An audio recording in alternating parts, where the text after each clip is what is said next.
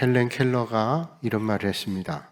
행복의 문 하나가 닫히면 다른 문들이 열린다. 그러나 우리는 대개 닫힌 문을 멍하니 바라보다가 우리를 향해 열린 문을 보지 못한다 하는 말을 하죠. 우리가 이 땅에 살아가면서 수많은 실패를 경험합니다. 실패 없이 성공을 이룬 사람은 아무도 없죠. 삶의 자리에 일가견을 이룬 사람들은 다 실패를 경험한 사람들입니다. 발명왕이라고 하는 에디슨의 아주 유명한 일화가 있죠. 그가 2000번의 실패를 겪은 뒤에 불을 밝히는 전구를 발명했다는 거 잘 압니다. 누군가 에디슨에게 2000번이나 실패했을 때 그의 소감이 어땠는가를 물었습니다. 그러자 에디슨이 이렇게 반문을 했죠. 저는 한 번도 실패한 적이 없습니다. 단지 전구가 빛을 내지 않는 2000번의 원리를 발견했을 뿐입니다. 한 번도 실패가 없었다는 거예요. 그래서 실패는 성공의 어머니라 그런 말 하죠. 오늘 우리의 삶의 자리도 수많은 실패를 우리는 만나고 찾아옵니다. 그러나 우리가 기대하지 못했던 또 다른 문이 분명하게 열려 있고 우리가 보지 못하는 더 많은 문들을 우리는 만날 수도 있습니다. 실패의 순간에 빨리 눈을 들어 새로운 문을 볼 수 있는 것이 중요하죠. 하나님께서는 언제나 우리에게 여러 개의 문을 열어놓고 계십니다. 때로는 하나님께서 원하시는 길을 가게 하기 위해서 문을 닫으실 때도 있습니다. 또 하나님께서 하나님의 뜻 가운데 인도하기 위해서 내 생각과 내 판단과 내 노력과 기대의 문을 닫기도 하십니다. 하나님께서 열어놓으신 그 문을 발견하고 그 길을 가실 수 있는 여러분들이 되시기를 주님의 이름으로 축복합니다. 그래서 우리가 인생길에 무엇을 보는가, 어떻게 보는가 하는 것은 참 중요합니다. 어떻게 보는가, 무엇을 보는가 하는 관점이 그 사람의 가치와 인격과 미래를 결정하는 아주 중요한 요소가 되기 때문에 그렇죠. 찰스 알렌이라고 하는 신학자가 쓴 책 가운데 하나님의 심리적 치료라는 책에서 우리 인간의 시각을, 우리 인간의 시선을 세 가지로 얘기합니다. 첫째는 육체의 눈을 가지고 있다 하는 겁니다. 우리가 알고 있는 대로 우리가 눈을 가지고 있죠. 육체의 눈. 근데 육체의 눈만 있는 게 아니라 또 얘기합니다. 지식의 눈, 지성의 눈, 정신적인 눈을 가지고 있다. 정신적인 눈이에요. 이성의 눈이죠. 비판하고 합리적으로 판단할 수 있는 그런 눈입니다. 그런 합리적, 이성적 눈을 가지고 진리에 다다를 가능성이 상당히 많죠. 그러나 영원한 진리를 찾는 것은 그런 정신의 눈, 지성의 눈 가지고는 부족합니다. 가장 중요한 눈을 찰스 알렌 얘기하고 있는데 바로 영적인 눈입니다. 영적인 눈은 하나님을 볼 수 있는 눈이고 하나님의 역사를 볼 수 있는 눈이죠. 미국의 우주인이었던 에드윈 올드린이라고 하는 사람이 있습니다. 에드윈 올드린이라는 사람은 우리나라 6.25 전쟁에 참전했던 사람이에요. 이번은 육군사관학교를 나왔는데 비행기를 조종했습니다. 육군 항공대에 속한 조종사로 6.25 전쟁 때 아주 큰 공을 세웠답니다. 그런 조종 실력이 인정이 돼서 미국의 항공우주국에 진출해서 나중에 달 표면에 착륙했던 인류로선 두 번째죠. 아폴로 11호를 타고 달 표면에 도착을 했습니다. 이 사람이 헝가리에 있는 한 대학교에서 강연을 하는데 그러니까 강연할 때 이런 말을 했다 그러죠. 내가 달 표면에 도착했을 때 내 입술의 첫 마디는 할렐루야 였다는 거예요. 할렐루야. 하나님께서 너무 가까이 계신 것을 느꼈기 때문에 할렐루야라는 찬양이 나왔대요. 그 강연을 듣고 있던 헝가리 대학생 하나가 가가린에게, 올드린에게 물었습니다. 선생님께서 달 표면에 닿았을 때 할렐루야라는 찬양이 나왔다고 하는데 러시아의 유리 가가린은 하늘 어디에도, 우주 어디에도 하나님은 계시지 않다 그랬습니다. 그렇다면 어떻게 선생님은 보이지도 않는 하나님을 보셨는지요? 어떻게 할렐루야라는 찬양이 나왔나요? 그때 올드리는 대답을 하죠. 마음이 청결한 사람이 하나님을 볼 수 있다고 성경에 말씀했습니다. 마음의 눈으로, 영적인 눈이 없으면 절대로 하나님을 볼 수 없습니다. 저는 우주를 비양하며 수없는 하나님의 역사를 봤습니다. 그렇게 고백했지요. 참 잘한 대답입니다. 눈이 성해야 온몸이 밝다는 거예요. 눈은 몸의 등불이라고 말씀했습니다. 그래서 눈이 성하면 온몸이 밝지만 눈이 나쁘면 어둡다라고 말씀하고 있는 겁니다. 시력이 좋은 사람들은 눈이 밝아서 보이는 것을 통해 세상을 잘 감지합니다. 그러나 눈이 나쁜 사람들은 세상을 잘 감지하지 못하죠. 눈이 나쁘니까 잘 볼 수가 없기 때문입니다. 그러므로 눈이 성해야 됩니다. 성한 눈으로 밝게 보고 밝게 깨닫고 밝게 생각할 수 있어야 합니다. 그런데 세상엔 흐린 눈도 있고 나쁜 눈도 있습니다. 눈은 창문과 같아서 눈이 밝으면 창문이 깨끗한 것과 똑같죠. 밝은 빛이 창 안으로 들어오는 것 같이 눈이 깨끗해야 우리의 마음 문으로 밝은 빛이 들어온다는 거예요. 욕심의 눈이 어두운 사람, 질투의 눈이 어두운 사람, 잘못된 경험으로 눈이 어두워진 사람은 바른 시각을 갖기가 어렵습니다. 걱정과 근심에 쌓여있는 사람, 상황을 바르게 보지 못하고 편견과 불신에 매여있는 사람, 미움과 시기에 매여있는 사람, 그런 사람은 사람을 바로 볼 수도 없고 사물을 바로 볼 수도 없습니다. 자신의 시각대라 굴절된 가치로, 왜곡된 시각으로 사물을 보게 되는 거죠. 그럼 절대로 아무리 눈을 가지고 봐도 올바로 볼 수가 없습니다. 보는 것이 아니라 정말로 중요한 것은 시각이죠. 어떤 시각을 가지고 보는가, 이게 더 중요한 거예요. 인간에겐 누구나 터널 시야라고 하는 게 있다 그러죠. 터널 시야. 터널 속에 들어갔다 나올 때 밝은 빛이 비춰지면 한동안 보지 못해요. 또 캄캄한 곳에 들어갈 때 볼 수가 없어요. 눈을 가지고 있지만 제대로 볼 수 없습니다. 이게 터널 시야입니다. 마음에 부정적인 게 가득 차 있으면, 잘못된 것이 사로잡고 있으면 아무리 봐도 볼 수가 없어요. 터널 시야 속에 갇혀 있는 것입니다. 오늘 본문 말씀에 예수님께서는 어두워진 눈을 말씀해요. 나쁜 눈을 말씀합니다. 그러면서 성한 눈, 좋은 눈, 밝은 눈, 영적인 눈을 가져야 될 것을 말씀해 주고 있습니다. 그렇다면 나쁜 눈은 어떤 눈일까요? 왜곡된 눈입니다. 보긴 보는데 왜곡된 눈이에요. 편견된 시각, 편시라고 얘기할 수 있죠. 균형을 잃고 한쪽만 보는 겁니다. 나무는 보는데 숲을 보질 못합니다. 새는 보는데 새를 먹이시는 하나님을 보질 못합니다. 역사를 보는데 그 뒤에서 역사하시는 하나님의 역사를 보지 못하는 것입니다. 편견이라는 왜곡된 시각이 있을 때 그렇습니다. 예수님 당시에 나사렛 사람들은 예수님을 믿지 못했습니다. 왜냐하면 저들의 편견된 시각 때문이죠. 어떻게 나사렛 같은 곳에서 그런 분이 날 수 있어? 그리고 예수님에 대한 미움 때문에 그들은 예수님을 구세주라는 사실을 발견하지 못하죠. 이 편견의 눈, 마음은 올바로 볼 수가 절대로 없습니다. 옛날 유럽에 미움에 가득 찬 사람이 있었다 그랬죠. 그래서 사람들을 괴롭히고 죽이고 뺏고 이런 못된 사람이 있었습니다. 하루는 꿈속에 천사가 나타나서 이 사람에게 말하죠. 내가 너에게 세상에서 제일 얻고 싶은 것을 네게 주려고 하는데 네가 세상에서 제일 얻고 싶은 게 하는 게 뭐냐 물었어요. 그러면서 하는 말이 조건이 하나 있는데 세상에서 네가 제일 얻고 싶은 걸 하나를 주는데 그 조건은 네가 가장 미워하는 원수 같은 사람에게도 그걸 똑같이 줄 거다. 그런 말이에요. 그러니까 이 사람이 지체하지 않고 얘기해. 내가 가장 미워하는 원수놈 눈을 빼는 게 내가 소원입니다. 그러니 내 눈을 빼세요.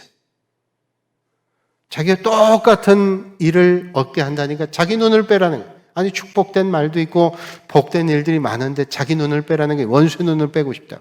얼마나 무서운 얘기예요. 얼마나 어리석은 사람이에요. 그런 나쁜 눈은 세상을 봐도 명료하게 볼 수가 없죠. 어떤 젊은이가 수도사를 찾아가서 물었다죠. 세상에서 가장 어리석은 사람이 누굽니까? 세상에서 가장 어리석은 사람이 누구냐? 첫째는 돈 벌기 위해서 건강을 잃어버리고 건강을 찾기 위해서 돈 쓰는 사람. 두 번째로는 미래를 염려하느라고 현재를 제대로 못 살아요. 그래서 현재도 미래도 다 놓치는 사람, 어리석은 사람. 그리고 세 번째 어리석은 사람은 미워하느라고 세월을 다 보내다가 정말로 사랑해야 될 사람조차도 사랑할 시간 없이 세상을 떠나는 사람, 어리석은 사람이죠. 왜곡된 시각이 만들죠. 뿐만 아니라 정말로 잘못된 시각은 복시입니다. 복시. 겹쳐 보이거나 둘이 하나로 또는 하나가 둘로 보이는 복시. 보긴 보는데 겹쳐 보여 제대로 볼 수 없고 또 이게 두 개가 하나로 보여서 제대로 볼 수 없는 거죠. 그래서 오늘 주님은 말씀하고 계십니다. 오늘 본문 24절에 말씀하고 계시죠. 한 사람이 두 주인을 섬기지 못할 것이니 혹 이를 미워하고 저를 사랑하거나 혹 이를 중히 여기고 저를 경히 여김이라. 너희가 하나님과 재물을 겸하여 섬기지 못하느니라. 재물과 하나님을 겸해서 섬기지 못한다는 겁니다. 이 두 가지는 절대로 겹쳐볼 수 없다는 거예요. 재물이 있는 곳에 마음 빼앗기면 신령한 것을 볼 수 없습니다. 신령한 것을 보려면 하나님을 봐야 되는데 재물을 보는 눈으로 신령한 것을 볼 수 없다는 거예요. 물질의 탐욕에 눈이 어둡게 되면 바로 보질 못해요. 그러니까 바로 보기 위해서는 두 개를 보는 게 아니라 한 개를 봐야죠. 두 개를 보는 눈 가지고는 절대로 올바로 하나를 볼 수가 없다는 거예요. 여러분, 중국의 석학이고 하버드대학의 교수였던 이머당이라는 분이 계시죠. 이분이 책 가운데 속생활의 발견이라는 책에서 이런 이야기를 합니다. 중국의 장자라고 하는 사람이 조롱이라는 곳을 지나다가 숲속길을 걷게 되는데 날개가 칠척이 되는 큰 새가 날아오더니 커다란 나무 위에 앉는 겁니다. 좀처럼 보기 힘든 큰 새. 그래서 가까이 가서 봐야 되겠다. 가까이 가는데 이 큰 새가 꼼짝을 안 합니다. 그래서 왜 꼼짝을 안 할까? 그리고 더 가까이 가서 보는데 미동도 없는 겁니다. 그래서 저 새를 한번 잡아봐야 되겠다. 그리고 가지고 있던 활에 화살을 당기는데 당기려고 하는데도 꼼짝을 안 해요. 도대체 저 새가 뭘 보고 있나 봤더니 그 보고 있던 시선이 어디를 향하는가 하면 버마제비라는 새를 향해 있습니다. 그러니까 이 새가 버마제비를 잡기 위해서 가만 보고 있는 거예요.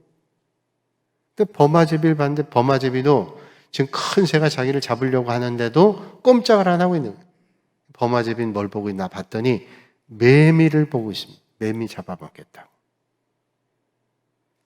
그런데 그 순간에 그 숲속의 밤나무 주인이 큰 소리를 칩니다. 도둑이야! 자기를 보고 장자를 보고 도둑으로 생각한 거예요. 다 보고 있는 사람이 있어요. 아무도 날 보고 있지 않는다고 하는데 보고 있는 사람이 있는 거죠. 그래서 그런 말 하죠. 탐심군상이다. 우리 인생들은 그런 삶을 산다. 그런 말 했습니다. 욕심에 사로잡혀 탐욕에 사로잡히면 바로 보지를 못합니다. 보긴 보는데 정말로 봐야 될 건 보지 못해요. 하나님도 놓치고 물질도 놓쳐요. 오늘 이 아침에 헛된 것으로 어둡지 않고 하나님의 눈으로, 영적인 눈으로 봐야 될 영원한 하나님 나라를 보시는 여러분들이 되시기를 주님의 이름으로 축복합니다. 오늘 성경에 말씀하죠.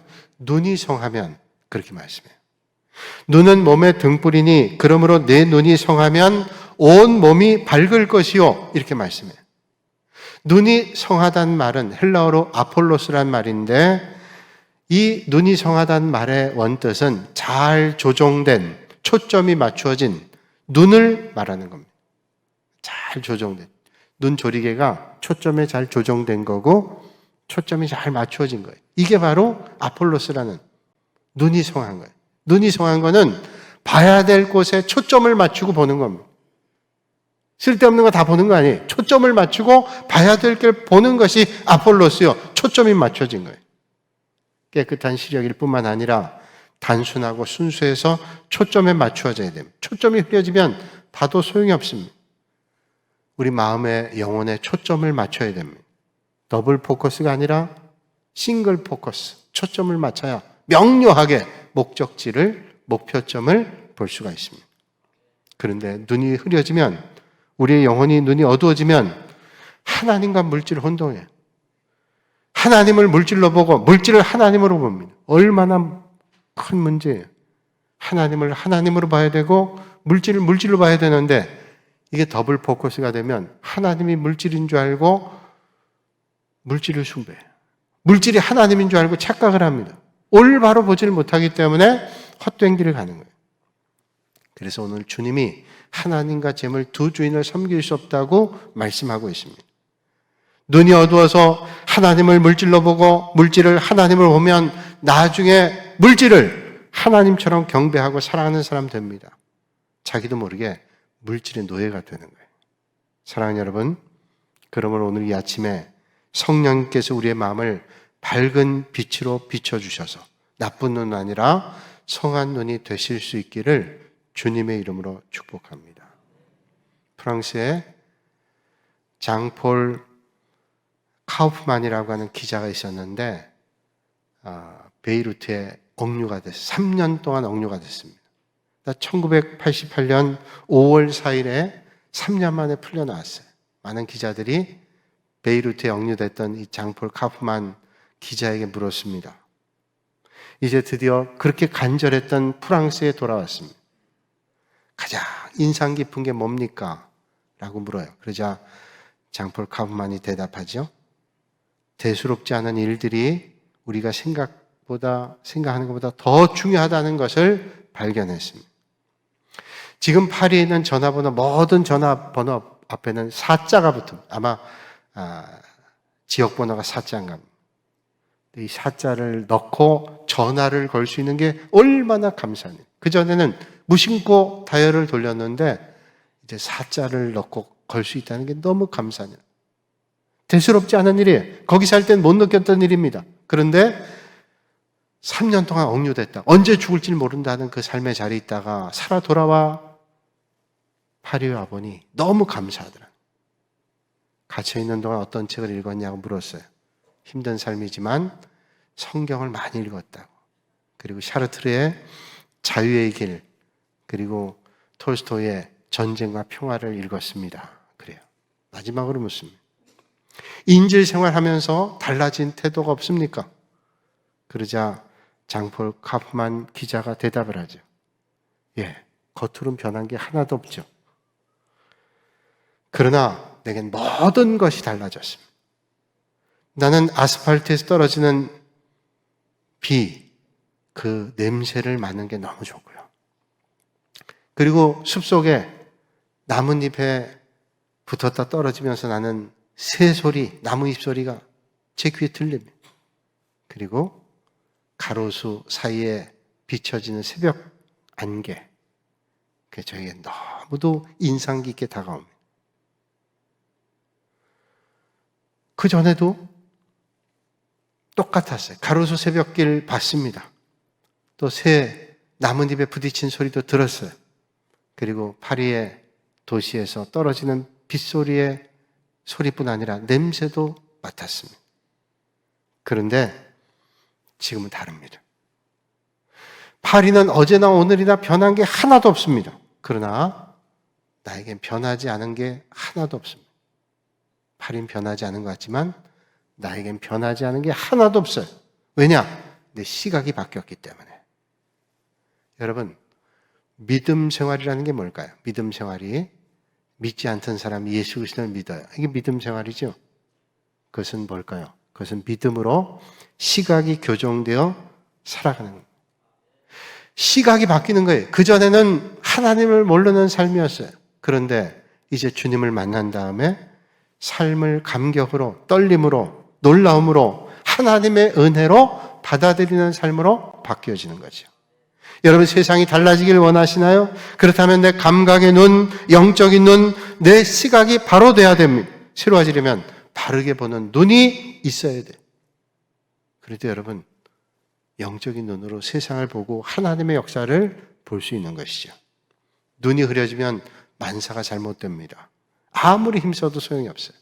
삼손이 힘이 장사였지만 눈이 빼지고 난 다음에는 아무런 힘도 쓰지를 못했어요.